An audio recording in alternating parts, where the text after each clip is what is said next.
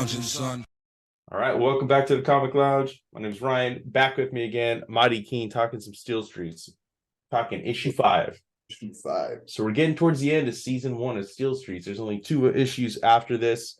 I'm just trying to decide whether or not we should just do one big episode for 6 and 7 since it's a 2-parter, but we'll probably separate it. I don't know. We'll get to it. But I'm excited to talk issue 5. This is one of my favorites. I love this cover. I think this might be my favorite cover of all of Steel Streets. I just love, I mean, we talk again, the snow, you know? Yeah. So, and I just love the angle. I love the way you drew him on here, because he's not as defined. Like the way it's almost like, you know, like, well, it's white outline on black, which is, is different. Yeah, it's kind of a negative photograph there. Yeah. With a high contrast photo background. Plus, I'm also partial to the date on here. Yeah. Oh, yeah. It was your birthday. February 87 is when I was born. So now we're February 2023. Yeah. You've been doing this a couple of years. What you started 2021, right? I think first superhero comics. Black and Red was kind of when I started the whole thing, and that was January 2022. Oh, really? Well, I thought it was late 2021. Well, whatever. I mean, you know what? Actually, no. Superhero: The Beginning. That came out October, 2021. Yeah, you're right. So yeah, you're in year 2 at this point of your comics. I think this would be at this point 10 comics. Oof. Is that correct? There's 6 of superhero at this point. This would be 11. I had Skinny Fat, Bootleg Spider-Man had come out. I think Lightwood had come out. Okay. There's a few more. Yeah. Oh, so maybe it's like 13 or something then. Something like that. Yeah. Ink on Paper, one I had done already. Crazy. Yeah. So I've said it something. You pump these things out, dude. And it's not like you're rushing through them. Like each one of them is well done. But it's just crazy. I think prolific would be a correct word. You're very prolific in the way you put your work out. I think more so than some guys because you're doing it yourself. And I think that's why it's super important to like make note of it, because, you know, like, I don't want to say it's easier. You know, when you're working at Marvel or DC, like you're on that monthly schedule, you got editors, you know what I mean? Like, and it's multiple people working on a book, getting it out. You're doing this all by yourself, and you get them out on a super consistent basis. And I think that's why, from an outsider looking in, I think that's why you're able to keep building that fan base, because you don't let people forget about you. There's always new work. Yeah, thank you so much. Yeah. I'm a Depression era cartoonist, man. I sit at the drawing board in the morning and I don't leave. Also, I love it, but I you know, for example, when you can get into a flow of things. So the other day, for the Lost at Land, for this new book I did, I think I penciled and inked 5 pages in a day, just because I was in the flow. You hit a certain rhythm, and so the storytelling just starts going and going and going, and then you start inking it, and then it's just, so you get spurts like that kind of aid in the whole monthly book process. Also, I started making comics, man. I would watch Todd McFarlane interviews, and that shit just fucked me up, because he'd be like, you got to do a page a day. This is how you do a monthly comic, and he just laid it out for me. He was like, do a page a day. I was like, okay, done. Yeah. And that was it. That was the recipe. Yeah, Todd's something else, dude. I love watching. He always gets you amped. It doesn't matter what you do in life. No matter what you do. 100%. Be a cook. He can be a doctor. Just the way he can amp somebody up, it's next level. Exactly. Just jacks me up. So you just go. You just go. It's great. So this is where we left off. Yes. With issue 4. And already he's looking fucked. Oh man, they got him. His eyes looking in different directions. He's not doing well. Yeah. Hole in the head too, or at least in his helmet. In the helmet at least. Correct. And he's being held in a kind of cage. So this is his perspective looking out at the lab as he's waking up. He's behind some glass. Yeah, it's crazy, dude. Like all these people just ready to experiment on him. And, you know, and that's kind of pseudoscience. The left nodule node of the, you know, all these kind of words. And again, I opened it up in a classic splash page, double page spread. Let's go. I also like the panel border that you have, because you're you're on the other side of this glass, because like, and even having him up there, you can see the way the glass is going against the glove. Yeah. Awesome effect. Here he is. Hiroshi's fucked, man. I mean, he's not doing well. He is not doing well. Nobody's doing well in this issue. Everybody's kind of, this issue is a big one for the story, for the major storyline and stuff. Yes. A lot of things are happen in this issue. Yeah, So, it's one of my favorites for sure. So it's a big one. It's kind of, you get 1, 2, 3, 4, and then 5, and then it kind of hits the stride of like the big arc that needs to be resolved by issue 8. Yeah, dude. So they're about to do some shit to him, but they don't, like, they don't want to make him too powerful. But look at this, like the needle to the eye. Oh man, that made me cringe. Yeah, like, just the thought of like a needle that close to your eyeball.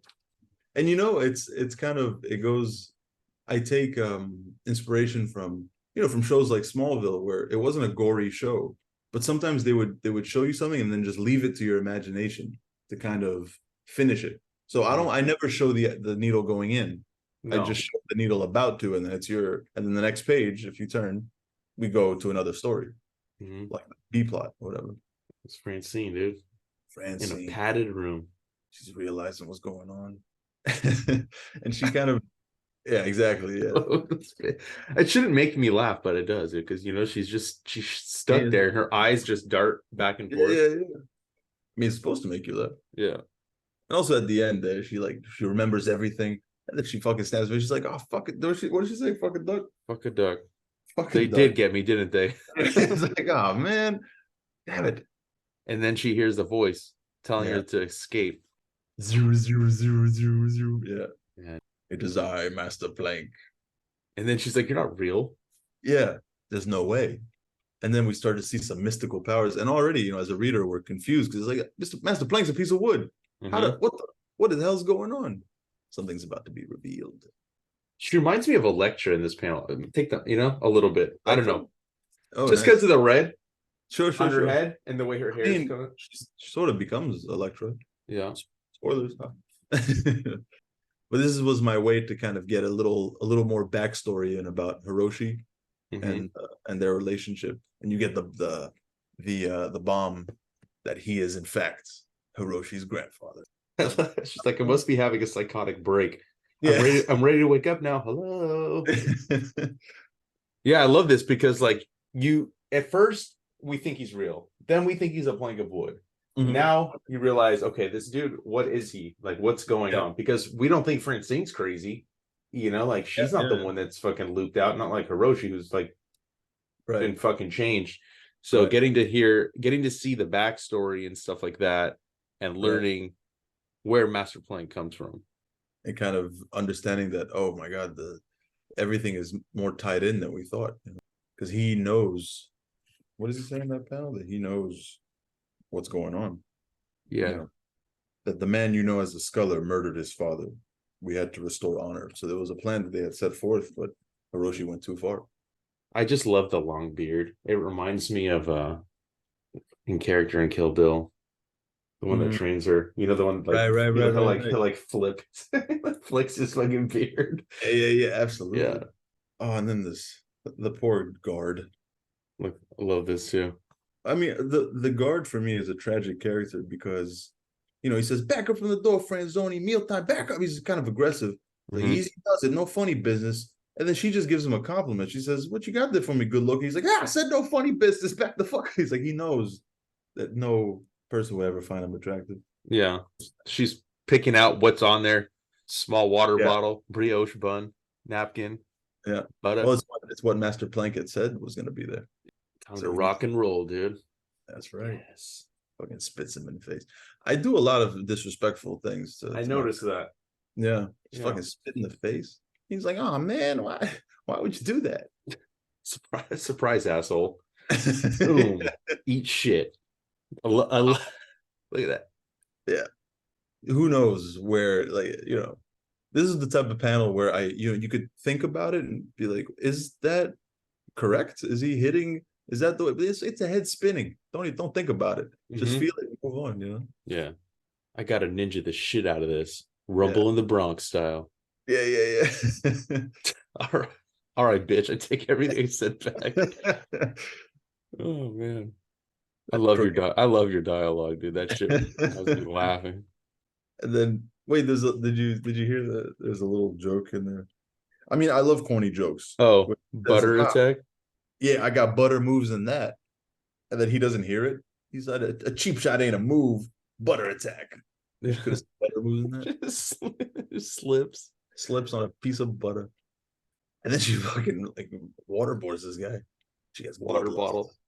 Takes the fucking bun Yeah. and waterboards Yeah. him. Takes the bun, the napkin, Yeah. just that's it. And Look then at knocks that. him I out. love when she's like biting her lip too. Yeah, yeah, yeah. She's got that craze in her. Mm-hmm. Knocks him out, but then alarm sounds. So we already got a taste that Francine's a badass in issue 3, you know. Mm-hmm.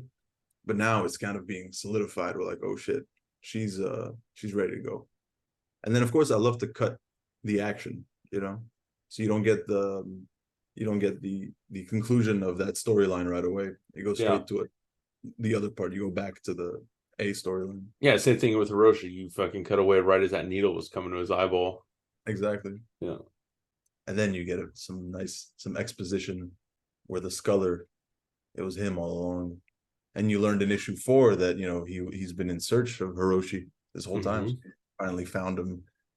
And in his twisted mind, it's by kidnapping him and making him into one of his, you know, kind of soldier slash allies, that he's restoring honor, you know, that he's actually doing a favor to his father by quote unquote taking care of his son. It's all twisted. Yeah, because he thinks he's like helping him, but he's not really helping him at all. No, he's completely delusional. Yeah. I always love to like when you see like the villain and the Mm. hero when they're like trapped and there's just like this conversation, there's just something super powerful about it. And I just love the cockiness too of like, you know, the hand behind his back. Yeah. He's coming up and he's just like, you know, this hand out talking to him. I mean, he has him and he says, take off his mask. And then he's disgusted by him. He's like, what did they do to you? They ruined you. And he's like, you're the monster sculler. Then he says, just do it. Full operation. I love this bottom panel too. It's fucking awesome with all the red. Yeah, to get some energy, you know. That's what I love too, is like you use the color like sparingly. It's not you don't use it like there's panels where like it's a little bit, sometimes not at all, like right here, maybe you just have the eyes, but you use it to great effect. And I think that that's what helps set the, you know, the tone, the mood. In another, you know, like a black and white comic, like you can use the grays and stuff also, but like adding that red.